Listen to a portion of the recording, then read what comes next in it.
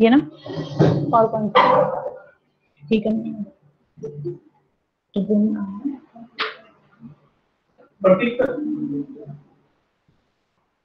Window क्या चीज करनी है आपको? मुझे पीपीटी करनी है। Hello entire screen.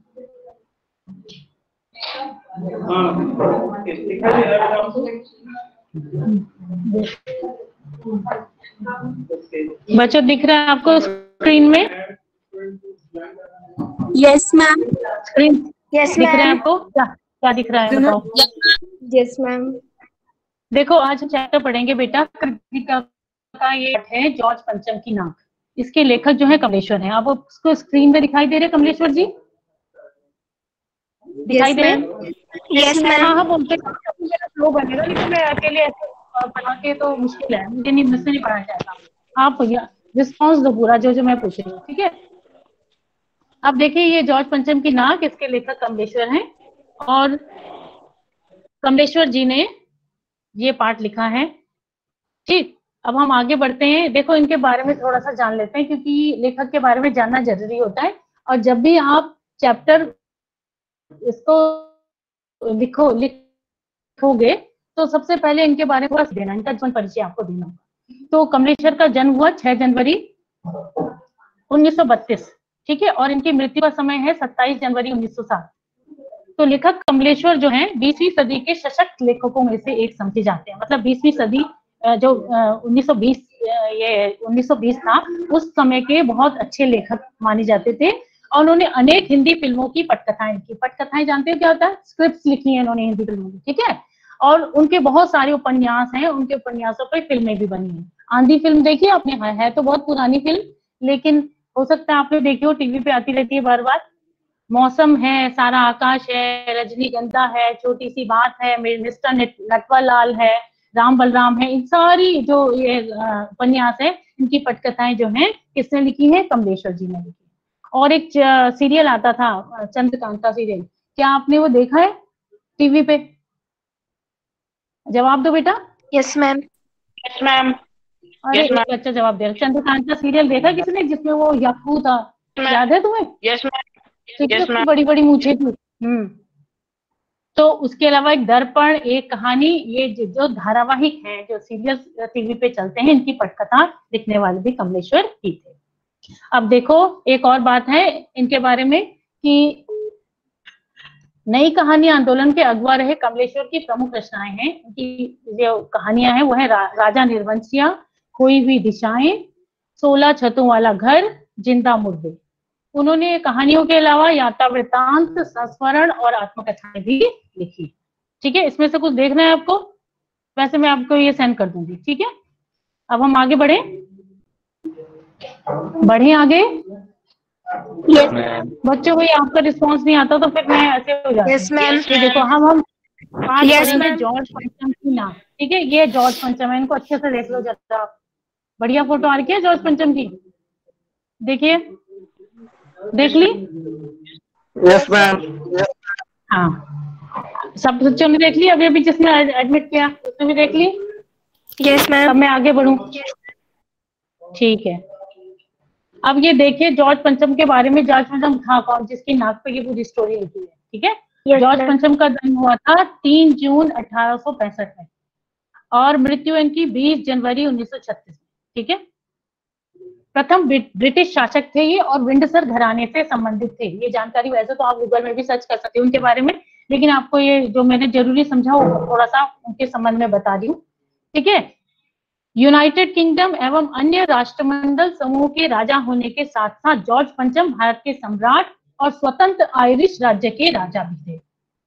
जॉर्ज पंचम ने सन 1910 में प्रथम विश्व युद्ध के दौरान और बाद में 1936 में अपनी मृत्यु पर्यंत तक राज किया, ठीक है। ये तो जॉर्ज पंचम के संबंध में जानकारी होगी। इनका जन्म मृत्यु देख लो और फटाफट लिख लो अपनी कॉपी वॉपी जो आपने रखी हुई है सामने।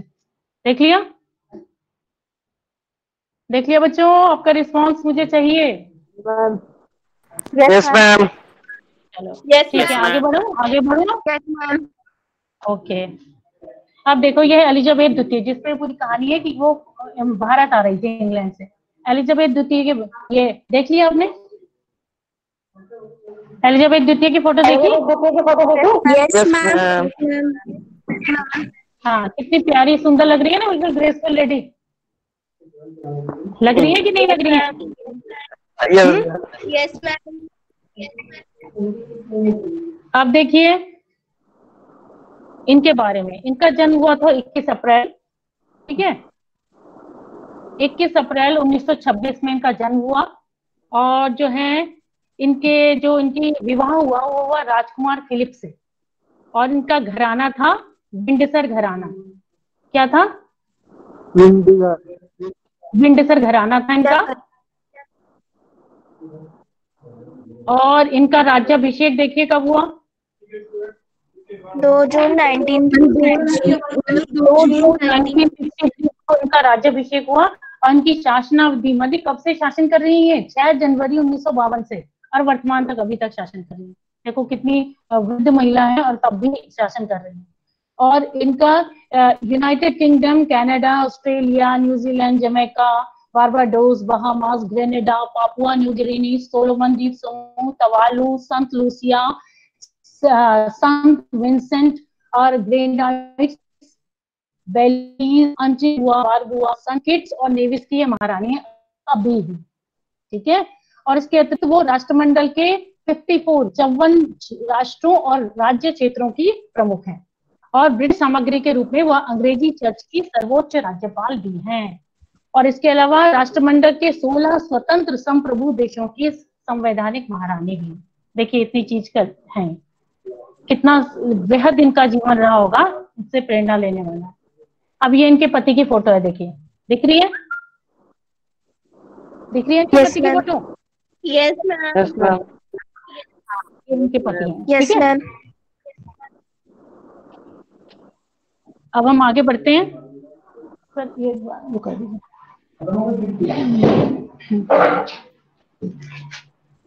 अच्छा ठीक है।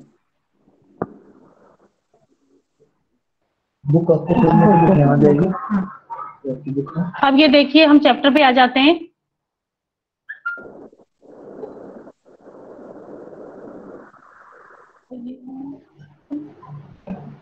ये देखिए जॉर्ज पंचम की नाक दिख रहा है आपको स्क्रीन पे? Yes, ma'am. बेटा आपको Yes, चैप्टर ma'am. दिख रहा है? आपको मैं दिख रही हूँ कहीं पे? Yes, ma'am. जी मैम.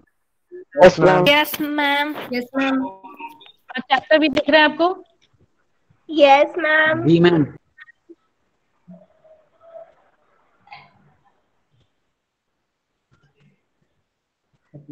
ठीक है, देखो बच्चों अब दिख रहा है आपको? Yes, ma'am. बच्चों आज आपकी बात मेरे पे आएगी तो मैं पढ़ाई नहीं पाऊंगी बेटा। आपकी बात सुननी मुझे बहुत जरूरी है, और जहाँ पे आपको समझ नहीं आएगा वहां पे आप पूछ लेना दोबारा, ठीक है। जॉर्ज पंचम की नाक, यह बात उस समय की है जब इंग्लैंड की रानी एलिजाबेथ द्वितीय मैं अपने पति के हिंदुस्तान पधारने वाली थी। मैं अपने पति के मतलब अपने पति के साथ, इंग्लैंड की रानी है एलिजाबेथ, वो अपने पति के साथ हिंदुस्तान आने वाली थी, ठीक है। अखबारों में उनकी चर्चा हो रही थी। रोज लंदन के अखबारों में खबरें आ रही थी और शाही दौरे के लिए कैसी कैसी तैयारियां हो रही थी। रानी एलिजाबेथ का दर्जी परेशान था कि हिंदुस्तान, पाकिस्तान और नेपाल के दौरे पर रानी कब क्या पहनेगी। उनका सेक्रेटरी और शायद जासूस भी उनके पहले ही इस महाद्वीप का तूफानी दौरा करने वाला था। आखिर कोई मजाक तो था नहीं। जमाना चूंकि नया था, फौज फाटे के साथ निकलने के दिन बीत चुके थे, इसलिए फोटोग्राफरों की फौज तैयार हो रही थी। तो बच्चों उस पाठ को शुरू करने से पहले मैं आपको ये बताऊं थोड़ा सा कि ये रचना जो है व्यंग्यात्मक रचना है। व्यंग्य क्या होता है? व्यंग्य माने किसी चीज का मजाक उड़ाना। एक तो सारा ऐसा मजाक हो गया जो आप लोग उड़ाते हो, वैसा नहीं। व्यंग्य रचना होती है जो किसी समाज की कुरीति पे चोट करती है। कोई समाज में ऐसी बात हो रही हो जो ठीक नहीं है, उस पर चोट करने वाली रचना को व्यंग्य रचना कहते हैं। तो ये एक व्यंग्यात्मक रचना है और इसके माध्यम से कमलेश्वर ने उन भारतीयों पर कटाक्ष किया है जो मानसिक रूप से अंग्रेजों के गुलाम हैं। हमें भी लगता है आजकल कि हम भी अंग्रेजों के गुलाम हैं और अंग्रेजी के गुलाम हैं। आजादी सिर्फ तारीखों में हासिल हो गई, मतलब तारीखों में तो आजादी मिल गई, 1947 में हम आजाद हो गए, लेकिन आज भी अंग्रेजों को अपने से श्रेष्ठ मानते हैं। ठीक है, आप हाथ मिलाने को उत्सुक रहते हो उनसे, उनके को देखते हो बड़े गौर से कि अरे अंग्रेज जा रहा है। ठीक है, तो हमारी ये मानसिकता हो गई ऐसे ही। और इस पूरे पाठ में जॉर्ज पंचम की नाक मुख्य विषय है। ठीक, अभी आपको बताएंगे कि क्यों मुख्य विषय है। और उसके न रहने पर, मतलब कि इसमें अब चैप्टर में आप बाद में पढ़ोगे कि एक मूर्तिकार ने मूर्ति बनाई जॉर्ज पंचम की, लेकिन एन जब रानी आने वाली थी तब उसकी नाक जो है वहां से गायब हो गई। ठीक, तो उसके लेखक ये बता रहे कि मुख्य विषय क्या है, नाक है, और उसके न रहने से महारानी नाराज हो जाती कि भाई हमारे वंशजों की नाक तो यहाँ पे है ही नहीं। तो हिंदुस्तानियों को उस बात का डर था कि नाक नहीं रहेगी तो लोग क्या सोचेंगे, मतलब महारानी क्या सोचेंगी। आप सुन रहे हो? हेलो भैया, तुम हाँ हाँ बोलते रहो बीच में, मुझे लगता है कि मैं ही बोल रही हूँ। हाँ हाँ भी बोलते रहो। तो ये था कि रानी के नाराज होने का डर था। उस समय जो शासक वर्ग था, मतलब उस समय जो शासन में था भारत में, उनको ये लगता था कि हिंदुस्तान की नाक बचानी है तो जॉर्ज पंचम की नाक लगानी पड़ेगी। ठीक है, वरना अपनी नाक कट जाएगी। ठीक है, और पूरे सरकारी तंत्र में जॉर्ज पंचम की नाक को लगाने को लेकर जो चिंता, जो बदहवासी, जो परेशानी दिखाई देती है, वो हमारी दो तरह की मानसिकता को बताती है। अब कैसी मानसिकता थी हमारी? एक तो हम उनको, अंग्रेजों को बेहतर मानते हैं कि मानसिकता हमारी डेवलप हो गई। ठीक है, और जब हमारी प्रशंसा करते हैं तो हम बड़े खुश हो जाते हैं। हमें लगता है वाह, इसने तो हाथ मिला लिया हमसे, हमें तो सर्टिफिकेट मिल गया, इसने तो बात कर ली हमसे। ठीक है, हमें बड़ा अच्छा फील होता है, पता नहीं क्यों।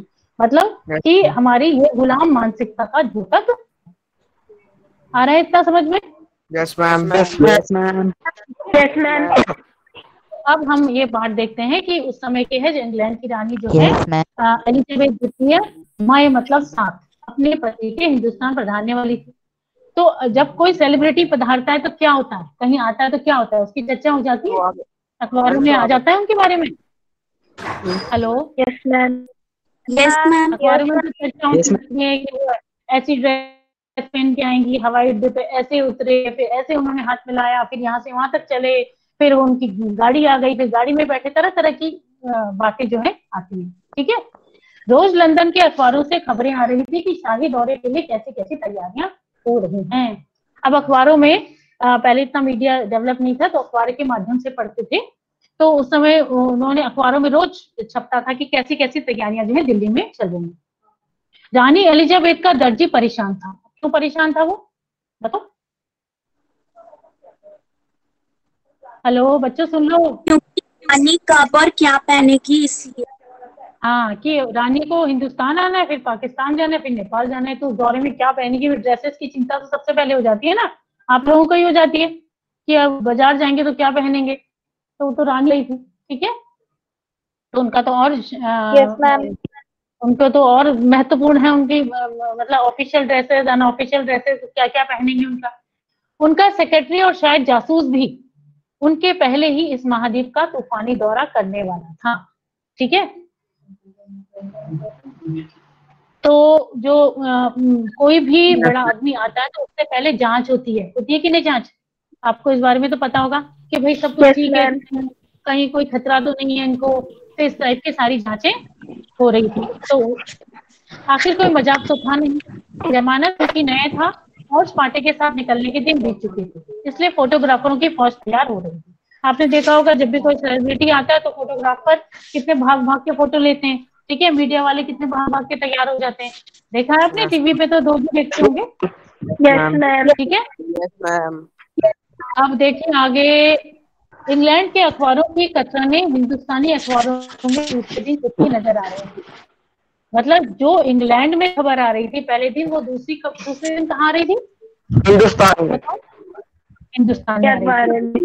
रानी ने हल्के नीले रंग का सूट बनवाया था। कैसा सूट था उसका, रानी का? नीले रंग का। नीले रंग का सूट।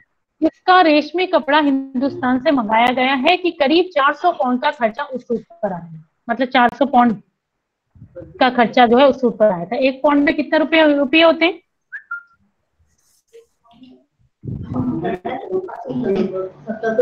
हाँ देखो 1000। है कितने? नहीं 1000 नहीं। एक पाउंड में कितना रुपये होता है देखिए। ठीक है, अभी बताती हूँ आपको कि एक पाउंड में कितना रुपया होगा। एलिजाबेथ की जन्मपत्री भी छपी, प्रिंस फिलिप के कारनामे भी छपे। मतलब जन्मपत्री छपी का क्या मतलब हुआ? मैम 95 इंडियन रुपीज होगा। कितने रुपीस? 95। 95 Indian rupees. तो अब रानी एली की जन्मपत्री भी छपी, जन्म के बारे में मतलब बायोडाटा छप गया। मैंने सुन लिया प्रिंस भाई। फिलिप के कारनामे भी छपे। हाँ, कुछ पूछ रहे हो? नहीं मैम नहीं। हेलो, अच्छा। और प्रिंस फिलिप जो उनके पति थे उनके बारे में भी छपा, और तो और उनके नौकरों, बावर्चियों, खानसामों, अंगरक्षकों की जीवनियां देखने में, मतलब जो उनके नौकर थे, जो खाना बनाते थे, जो उनके अंगरक्षक था, बॉडीगार्ड, ये सब इनकी जीवनियां भी देखने में आई। शाही महल में रहने पलने वाले कुत्तों तक की तस्वीर अखबार में छपी। ठीक है, तो उनके बारे में, उनसे जो जो रिलेटेड लोग थे सबकी तस्वीरें जो है अखबार में छपी। बड़ी धूम थी, बड़ा शोर शराबा था। शंख इंग्लैंड में बज रहा था, गूंज हिंदुस्तान में आ रही थी। इसका क्या मतलब हुआ कि शंख इंग्लैंड में बज रहा था, गूंज हिंदुस्तान में आ रही थी? मतलब मैम लोगों के दिलों में जो मतलब लोगों की, मतलब इंग्लैंड में तैयारियां चल रही थी उनके यहाँ आने की, और उनकी जो जो तैयारियां चल रही थी उसकी पूरी पूरी गूंज, मतलब पूरी की पूरी बात हमें कहाँ सुनाई दे हिंदुस्तान रही में। थी? कहाँ? हिंदुस्तान में सुनाई, मतलब हमें पूरी खबरें मिल रही थी। ठीक है, इन खबरों से हिंदुस्तान में सनसनी फैल रही थी। ठीक है, राजधानी में तहलका मचा हुआ था। जो रानी 5,000 का रेशमी सूट पहनकर पालम के हवाई अड्डे पर उतरेगी, उनके लिए कुछ तो होना ही चाहिए। तो दिल्ली में जो है पालम हवाई अड्डा, वहां पे उन्हें उतरना था, और उस समय 5,000 रुपए बहुत होते थे बेटा। ठीक है, आपके 5,000 रुपए तो कुछ नहीं होते, उस समय बहुत बड़ा अमाउंट था 5,000 रुपए, और उनको 5,000 रुपए का सूट उन्होंने पहना था। अब भी आप देखते होंगे कि किसी सेलिब्रिटी ने कोई कपड़ा पहना है तो आ जाता है कि इतने लाखों का पहना है, करोड़ों का पहना है। ठीक है, तो भैया रानी है कितने। अब है क्या कुछ बहुत कुछ होना चाहिए, जिसके बावर्ची पहले महायुद्ध में जान हथेली पर लेकर लड़ चुके हैं, उनकी शान शौकत के क्या कहें। और वह रानी दिल्ली आ रही है। नई दिल्ली ने अपनी तरफ देखा और बेसाख्ता। करना शुरू कर दिया बीच में। किसने? कोमल पैनुली। कोमल पैनुली क्या कर रही हो ये? कोमल, यस मैम। क्या कर रही हो भाई, तुम बीच में क्या प्रेजेंट कर रही हो?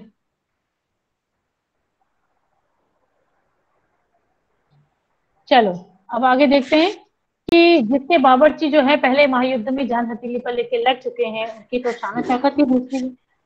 और वह रानी दिल्ली आ रही है। नई दिल्ली ने अपनी तरफ देखा, देखो, नई दिल्ली ने अपनी तरफ देखा और बेसाख्ता मुंह से निकल गया। अब देखो ये शायरी भी आपको आती होगी, वह आए हमारे घर में, खुदा की रहमत है, कभी हम उनको और कभी अपने घर को देखते हैं। ठीक है, मतलब नई दिल्ली ने देखा कि मैं ठीक ठाक हूँ, अब किसी के घर में कोई मेहमान आता है तो देखता मेरा घर ठीक ठाक है, मैं ठीक ठाक हूँ। ठीक है, ऐसे ही वो तो रानी आ रही थी, इंग्लैंड की रानी।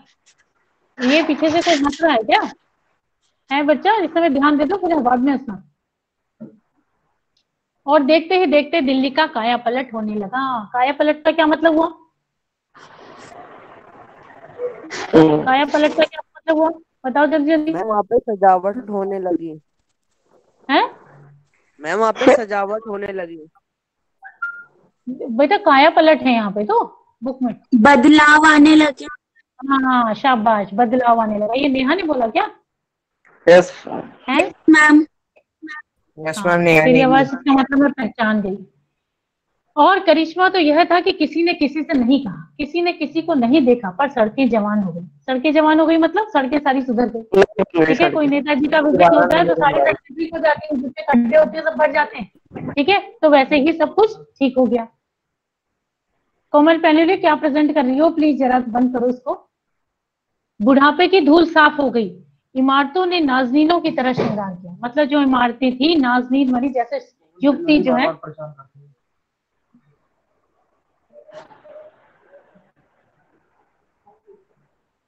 जैसे युवती सस्ती है वह उसको बोलते हैं नाजनीन, मतलब सुंदर सी कोई युवती। ऐसे ही जो पूरी इमारतें थी उन्होंने जो है किसी सुंदर स्त्री की तरह श्रृंगार कर लिया, मतलब साफ सुथरी हो गई, बड़े रंग रोगन हो गए, झड़ाई पुताई हो गई, पूरी अंदर की गंदगी साफ हो गई, सब जो है बहुत सुंदर हो गई सारी इमारतें। ठीक है, अब है लेकिन एक बड़ी मुश्किल पेश थी। अब देखो कहानी के हम क्लियर नहीं आ अंदर रही। जा रहे हैं। अब मुश्किल क्या पेश हुई बताओ, बताओ बताओ। जॉर्ज मुश्किल पंचम क्या की आ गई? मूर्ति में नाक नहीं थी। हाँ शाबाश, और बच्चे भी बोलो भाई, आप भी हो। जॉर्ज पंचम की मूर्ति में नाक नहीं थी। नई दिल्ली में सब कुछ था, सब कुछ होता जा रहा था, सब कुछ होने की उम्मीद थी, पर जॉर्ज पंचम की नाक बड़ी मुसीबत थी। नई दिल्ली में सब था पर नाक नहीं थी, मतलब और सारी तैयारियां उनके आने की हो गई, लेकिन वो नाक ही नहीं थी। ठीक है, अब क्या होगा? नाक है थी नहीं उसमें। देखो व्यंग रचना है, इसके माध्यम से लेखक क्या कहना चाहता है ये भी देखेंगे। मैम हटाई किसने थी नाक? नाक किसने हटाई थी? किसी ने हटा दी बस। अब ये अन्नो मतलब पता नहीं है कि किसने हटाई थी। असल में ये प्रतीकात्मक बात है कि नाक नहीं थी, इसका कुछ और अर्थ है। ठीक है, इस नाक की भी एक लंबी दास्तान है। अब आप सारी स्टोरी जब पढ़ोगे तब आपकी समझ में आए। अब नाक की कहानी सुनो।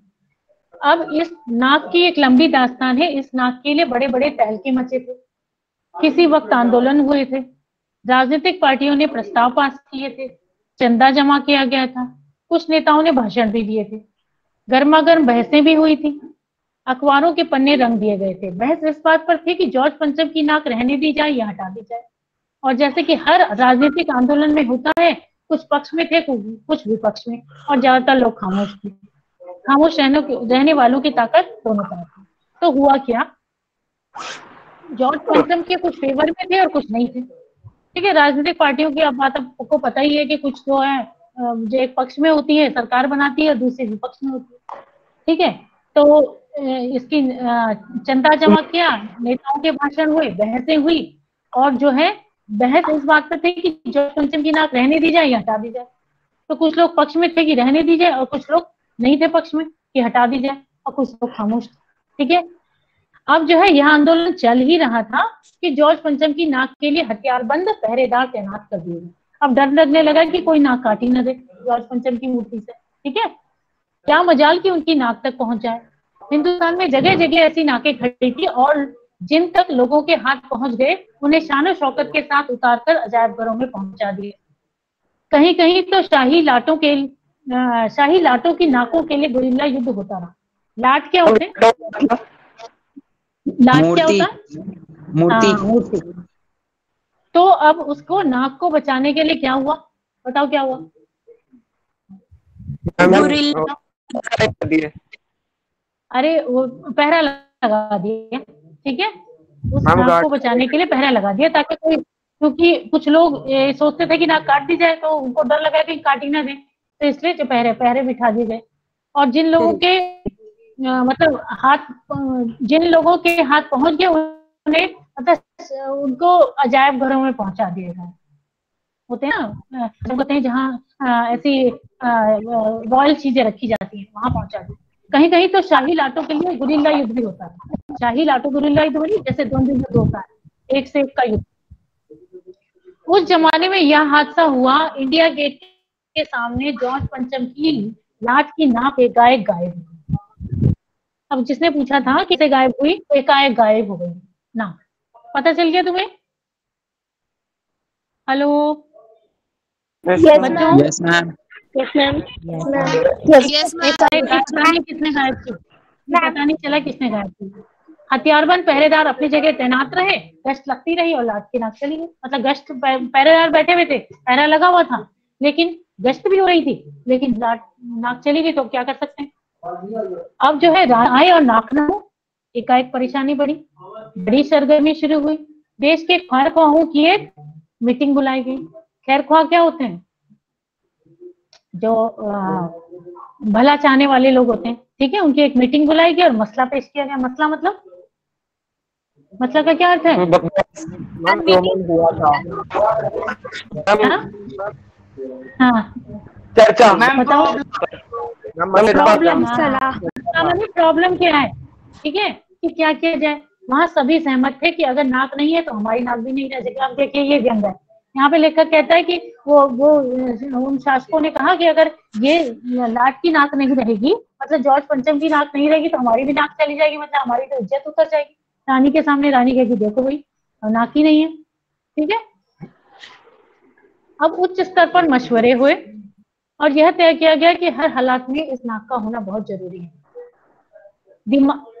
दिमाग खरौचे गए। देखो खरौचना ये बड़ा नया शब्द है, बड़ा यूनिक तरह से इस्तेमाल किया लेखक ने। खरौचना मतलब कुरेदना। यहाँ पे क्या हाँ कुरेदना यूज मतलब किया।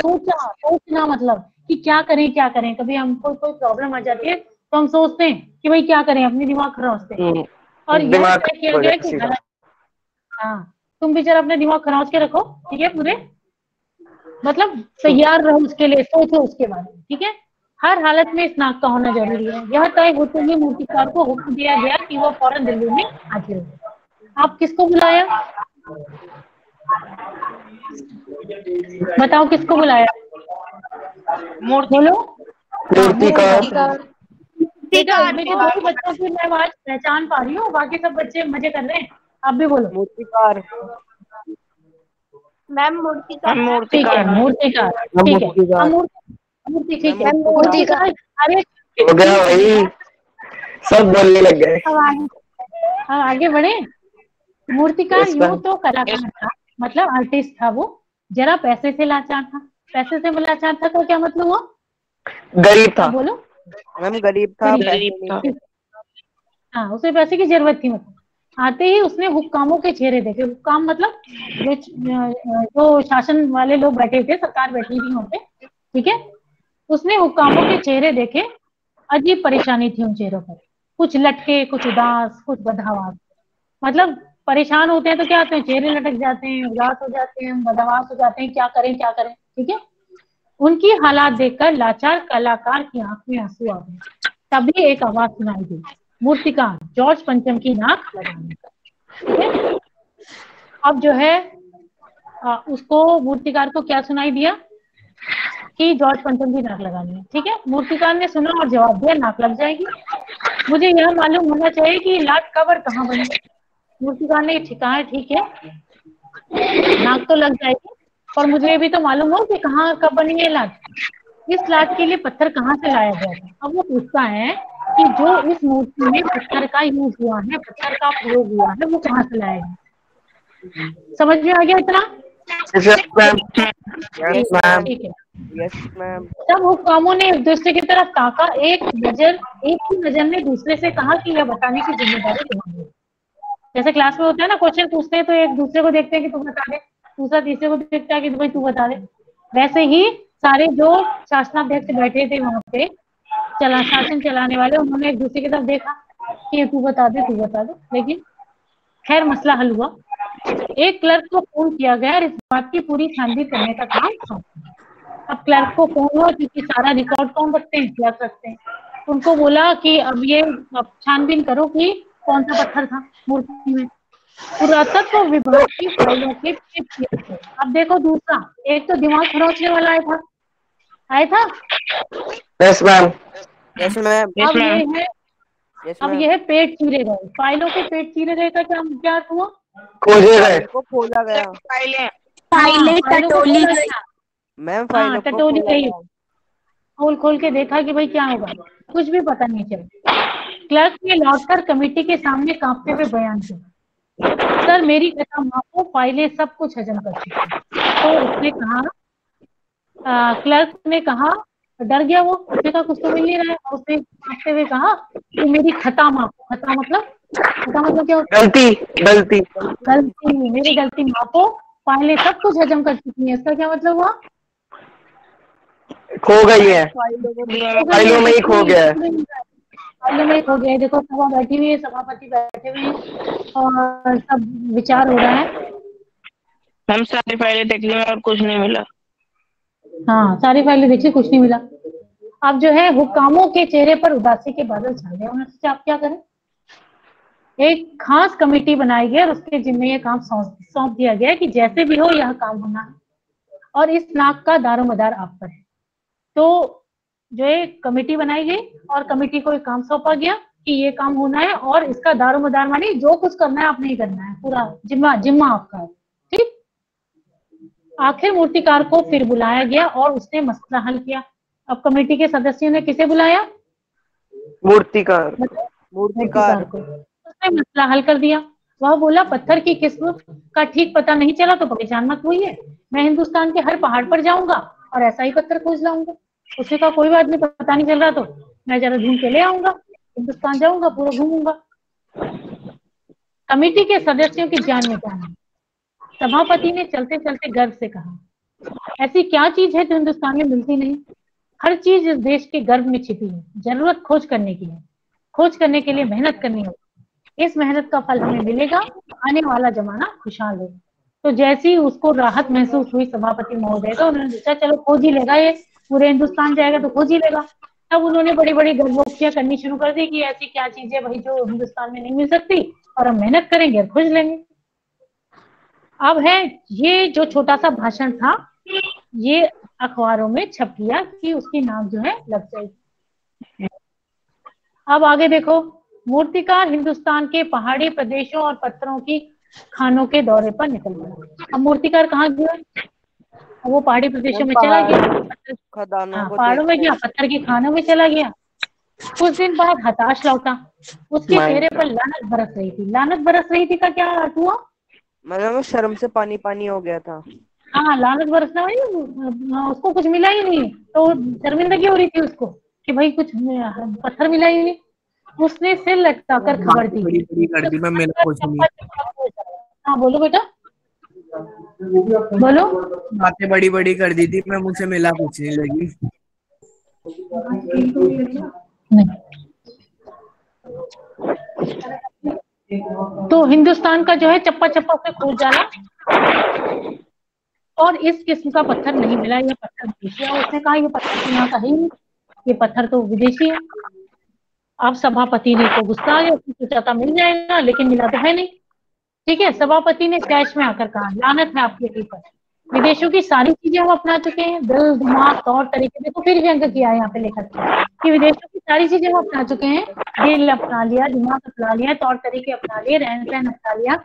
जब हिंदुस्तान में बॉल डांस तक मिल जाता है, मतलब उनका हमने डांस भी अपना लिया, तो पत्थर क्यों नहीं मिल सकता? पत्थर क्यों कहाँ गया फिर? मैम सभी चीजें तो हमने अपना ली है। हाँ मैम किसी बच्चे के माइक से मैम बहुत आवाजें आ रही है मैम, सुनाई नहीं दे रहा आवाज। हिमांशु मैम के इन्हें उससे माइक ऑफ करने के लिए कहो।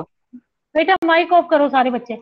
वो हिमांशु फूक मार रहा माइक पे, इसलिए आ रही। हिमांशु प्लीज फूक मत मार बेटा, इस समय पढ़ ले, बाद में फूक मारना बहुत टाइम है। 11 बजे के बाद टाइम ही टाइम है तेरे पे, 12 बजे के बाद। अब आ रही आवाज? Yes ma'am. अब साफ आ रही Yes, है? ma'am. Yes ma'am. तो अब ये हुआ कि उसको पत्थर तो मिला नहीं मूर्ति पर, ठीक है। तो सभापति को गुस्सा आ गया। उन्होंने कहा जब सब चीजें आपने अपनाई हैं तो पत्थर क्यों नहीं अपनाए? मूर्ति का चुप रहा, सहसा उसकी आंखों में चमक आई। उसने कहा एक बात कहना चाहूंगा,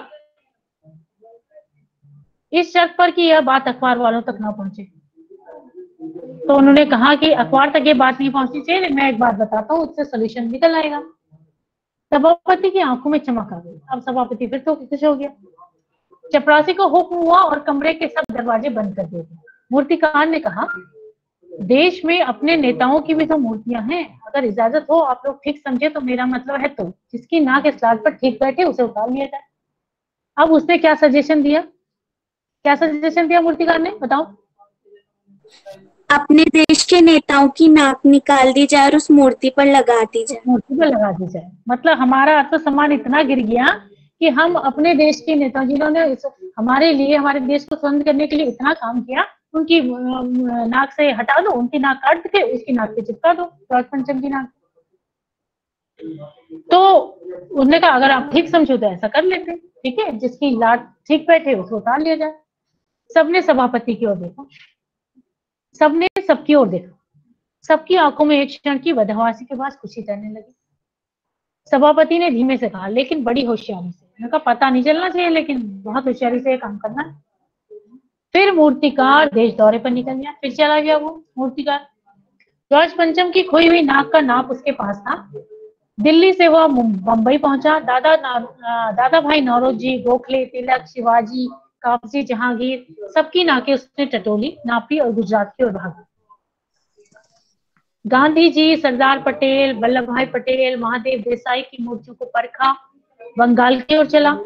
मतलब जहाँ जहाँ जो जो लोग बड़े लोग हुए हैं, नेता लोग हुए हैं, स्वतंत्रता सेनानी हुए हैं, उनकी मूर्तियों को वो देखता चला। महादेव देसाई की मूर्तियों को परखा, फिर बंगाल गया, बंगाल में किसकी मूर्तियां थी? रविन्द्रनाथ टैगोर की थी, सुभाष चंद्र बोस की थी, राजा राममोहन राय की थी। फिर उसने नाप जोक की, फिर भी नहीं मिली, फिर भी नाप नहीं मिला। फिर वो कहाँ चला? बिहार की तरफ चला। फिर बिहार होता हुआ उत्तर प्रदेश आया। चंद्रशेखर आजाद, बिस्मिल, मोतीलाल नेहरू, मदन मोहन मालवीय की लाटों के पास गया और घबराहट में फिर वहां भी नहीं मिला तो मद्रास पहुंच गया। सत्यमूर्ति की को भी देखा, मैसूर, केरल और सभी प्रदेशों का दौरा करता हुआ पंजाब पहुंचा। अब पंजाब में लाला लाजपत राय, भगत सिंह से भी सामना हुआ, उनकी लाटों से भी सामना हुआ। फिर भी उनकी लाटों की नाक की नाप मिली, फिर भी नहीं मिली। लेखक का कहने का तात्पर्य है कि जिन सभी की नाक जो है जॉर्ज पंचम की नाक से बहुत बड़ी थी, अर्थात इनका सम्मान जो था जॉर्ज पंचम की नाक से बहुत ऊंचा था, इसलिए नाप नहीं मिला। कहने का तात्पर्य यही है। वो आखिर अब जब कहीं नहीं मिली तो दिल्ली पहुंचा, और उसने दिल्ली पहुंच के जो है उसने वहां अपनी मुश्किल बताई हुक्मरानों से और कहा कि मैं तो हिंदुस्तान की परिक्रमा करके आ गया और सब मूर्तियां भी मैंने देख ली हैं, सबके नाप भी ले लिए और जॉर्ज पंचम इस नाक से सब बड़ी, सब नाकें क्या थी? जॉर्ज पंचम की नाक से बड़ी। सुनकर सब हताश हो गए। अब जो था उन्होंने सोचा था कि अब तो मिल ही जाएगा सोल्यूशन, लेकिन अब भी नहीं मिला। सुनकर सब हताश हो गए, झुंझलाने लगे। मूर्तिकार ने ढांढस बताते हुए कहा, सुना है कि बिहार सेक्रेटेरिएट के सामने सन 42 में शहीद होने वाले बच्चों की मूर्तियां स्थापित हैं, शायद बच्चों की नाक ही फिट बैठ जाए। यह सोचकर वह वहां पहुंचा और बच्चों की नाकें भी इससे बड़ी बैठी।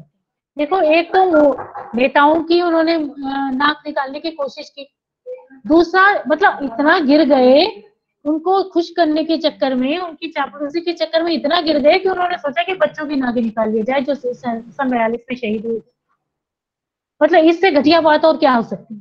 ठीक है, तो वो कहता है ठीक है बताओ। मूर्तिकार पूछता मैं क्या करूं? समझ में आ गया इतना?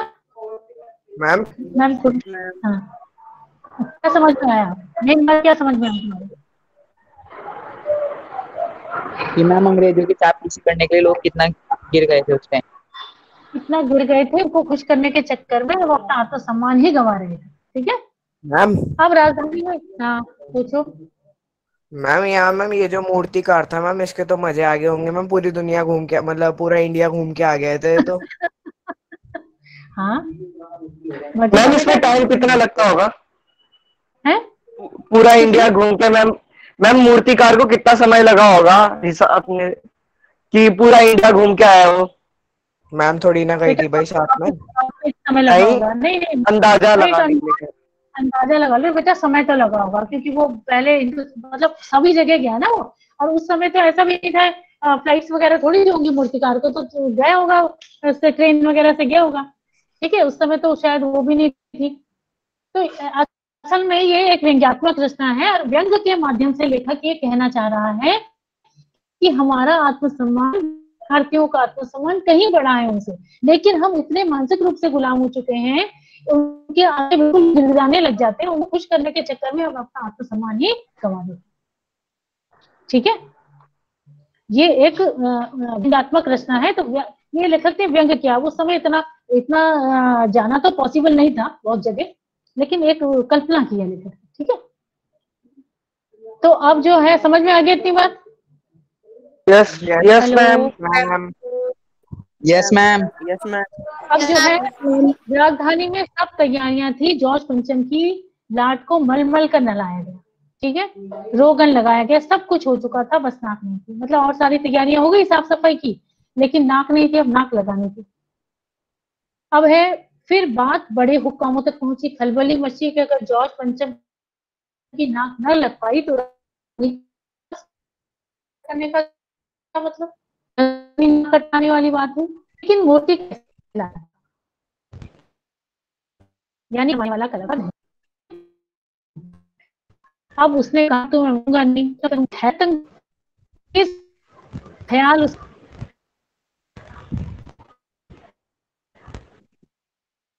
बताओ।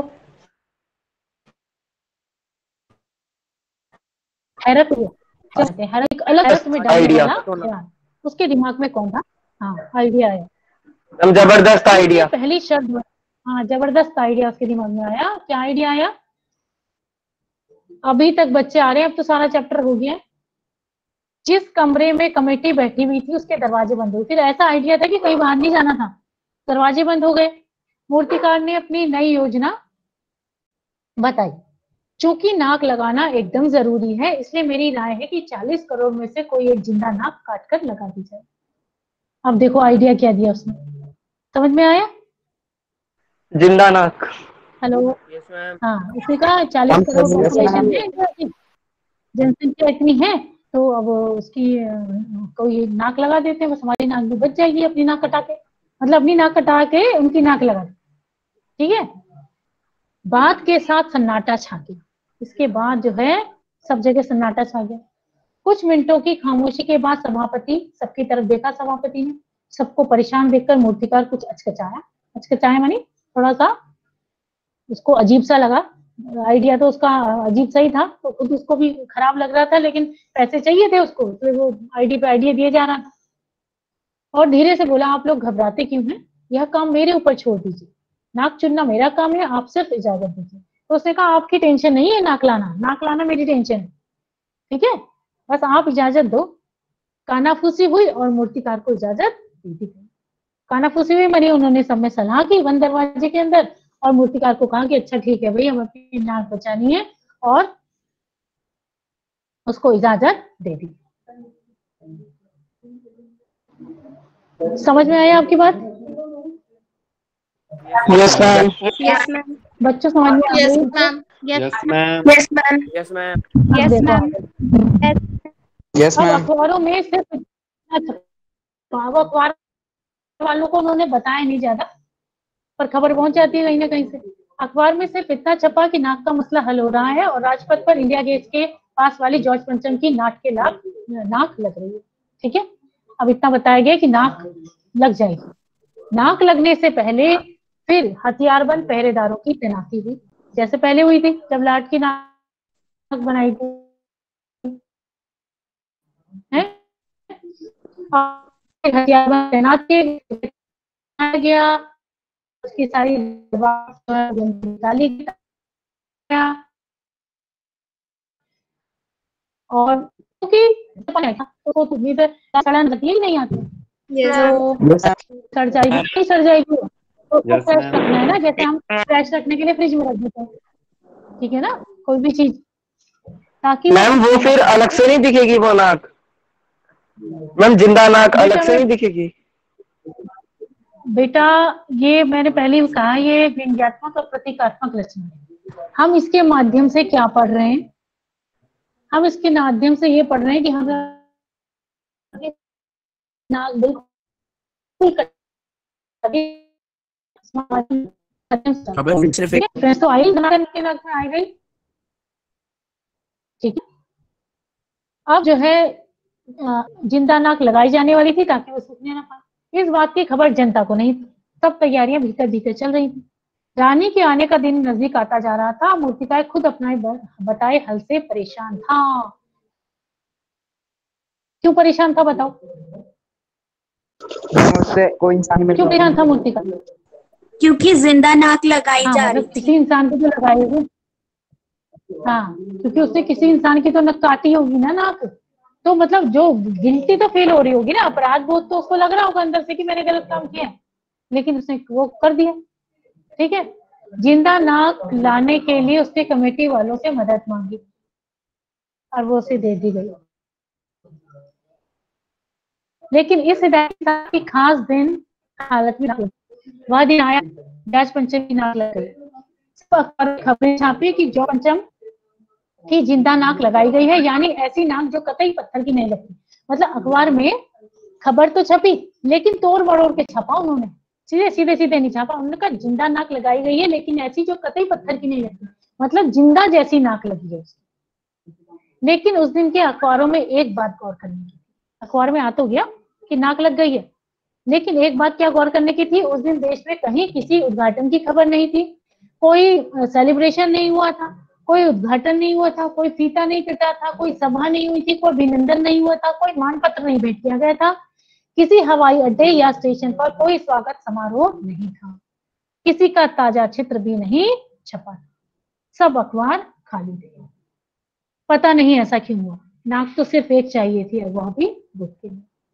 तो उस दिन जो है कुछ भी नहीं हुआ। कुछ भी क्यों नहीं हुआ बताओ? अखबार सब चुप क्यों थे? क्योंकि मैम उन्होंने अखबार कुछ जो है ज्यादा बात बताई थी।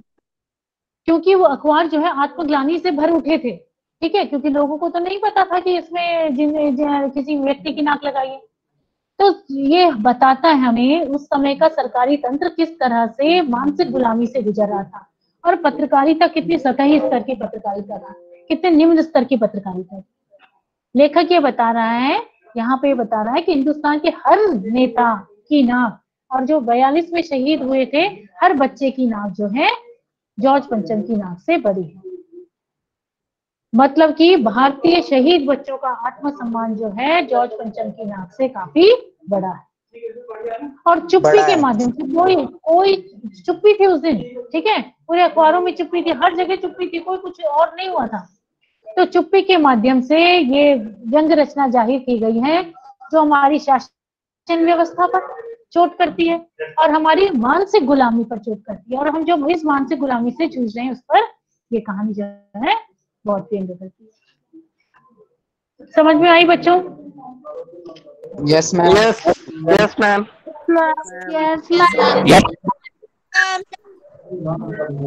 सबको आई? और जो ये बाद Yes, में ma'am. जुड़े हैं बच्चे, कोई बच्चे बहुत बाद में आए हैं, उनको क्या समझ में आया बताओ ना? बेटा ऐसा क्यों करते हो? मैं परसों से सैटरडे से लगातार लिख रही हूँ। 11-10 से क्लास है, 11-10 से क्लास है। हाँ?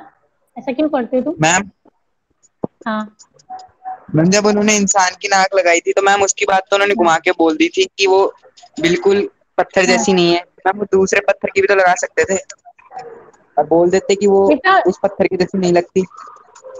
बेटा पत्थरों से असल में तुलना किससे की है? ये एक प्रतीकात्मक रचना है, मैं पहले ही आपको बता रही हूँ बार बार, क्योंकि ये एक व्यंग रचना है, कल्पना के माध्यम से लेखक ने ऐसे कहा है। तो इंडिया को घूमना ही उस समय मुश्किल था। ठीक है, वो भी उसे प्रतीकात्मक बताया कि उसने घूम लिया। नाक लगाना भी प्रतीकात्मक ही है, मतलब प्रतीक के माध्यम से इंडिया के लोगों को, भारतीय लोगों को यह बात बताने की कोशिश की गई है कि किस तरह तुम चापलूस हो, किस तरह उनके पैरों में गिरे रहते हो, उनकी चापलूसी में, उनके अभिनंदन में जो है तुम कोई कसर नहीं छोड़ते और जो है अपना ही घाटा करते हैं। तो अपना कोई आत्मसम्मान तुम्हारे अंदर नहीं बचा है क्या? ठीक है, इस आत्मसम्मान पर, भारतीयों के आत्मसम्मान पर चोट की है, तो यही बताने की कोशिश की है बस इसके माध्यम से। Yes, तो नेचुरली वो तो भाई कोई निंदा ना कराएंगे तो आपको आ ही जाएगा ना। ठीक है, पर अपनी बात को सिद्ध करने के लिए, अपनी बात को अच्छी तरह से बताने के लिए लेखक ने ऐसा किया है। अब भी आई बात समझ में? जी ma'am. Yes ma'am. Yes ma'am. Yes ma'am. Yes ma'am. Yes ma'am. Yes ma'am. तो चलो बच्चों, अब आपको समझ में आ गया होगा, ऐसी मेरी आशा है। जिनको नहीं समझ में आया होगा मैं एक पीपीटी भेज दूंगी आपके लिए, और इसके प्रश्न उत्तर जो है, प्रश्न उत्तर भी मैं कल आपको मतलब चर्चा करूंगी इस प्रश्न उत्तर पर। वैसे तो आप कर लोगे मेरे ख्याल से, प्रश्न उत्तर पर चर्चा करके मैं कल आपको कल पढ़ाऊंगी इसमें। ठीक है, तो आप सब ये प्रश्न, इसमें कितने प्रश्न हैं देख लेते हैं हम। इसमें है 11 प्रश्न, 11 प्रश्न जो है हम कल चर्चा कर लूंगी मैं आपसे, और गूगल मीट पे नहीं कर पाऊंगी, गूगल क्लासरूम पे कर दूंगी, और वहां सब देख लेंगे। आपको वो वीडियो मिलती है जो मैं गूगल क्लासरूम में भेजती हूँ, यस मैम। Yes ma'am. आप देखते भी हो? उनको कितने बच्चे देखते हैं? अब वो सब लिखो कि हम देखते हैं, हम देखते हैं, लिखो जरा फटाफट, कौन कौन बच्चा देखता है। और ऐसा तो नहीं है कि सब आपकी समझ में आ जाता होगा, कुछ तो ऐसा होगा जो आप पूछते भी नहीं हो। एक बात और कहना चाहती हूँ, जो वीडियोस मैंने कुछ देर से डालनी शुरू की थी ना, तो वो वीडियोस में मैं ये चैप्टर आपका 2-3 ही बच सके हैं, ज्यादा नहीं बच सके, बस अगले हफ्ते या इससे अगले हफ्ते खत्म हो जाएंगे। उसके बाद में वो पुराना भी सब मटीरियल डाल दूंगी और फिर आपके टेस्ट शुरू हो जाएंगे। ओके, समझ में आ गया? Okay ma'am. हेलो जी मैम। बच्चों, प्लीज मेरी आपसे बहुत विनती है कि आप जो है अपनी कॉपियां बनाइए, कॉपियों में सारा काम कीजिए, जितनी वीडियोस हमने भेजी है उनको देखिए, समझिए, आप प्रश्न लिखिए। देखो मटेरियल तो आपको कहीं से भी मिल जाएगा, लेकिन वीडियो में इसलिए बनाती हूँ ताकि आपको मेरी आवाज सुनाई दे और बार बार मैं आपको बोलूँ कि बच्चों आपको काम करना है पूरा। ठीक है, समझ में आ गया बेटा? तो अब हम Yes, ma'am. आज की क्लास यहीं पे समाप्त करते हैं। Yes ma'am. कल की क्लास हम अब कल करेंगे, ठीक है? 11:10 पे आप गूगल क्लास में क्लास अटेंड करेंगे। बच्चों उपस्थित लिख दिया करो, वहाँ पे आप उपस्थित लिखते हो तो मुझे बुरा लगता है कि नहीं चल रही हो और 4 बच्चे। ओके बेटा, Thank you, bye. ma'am. Thank you, Thank you, ma'am. Thank you, हाँ, ma'am. बच जाइए, धन्यवाद।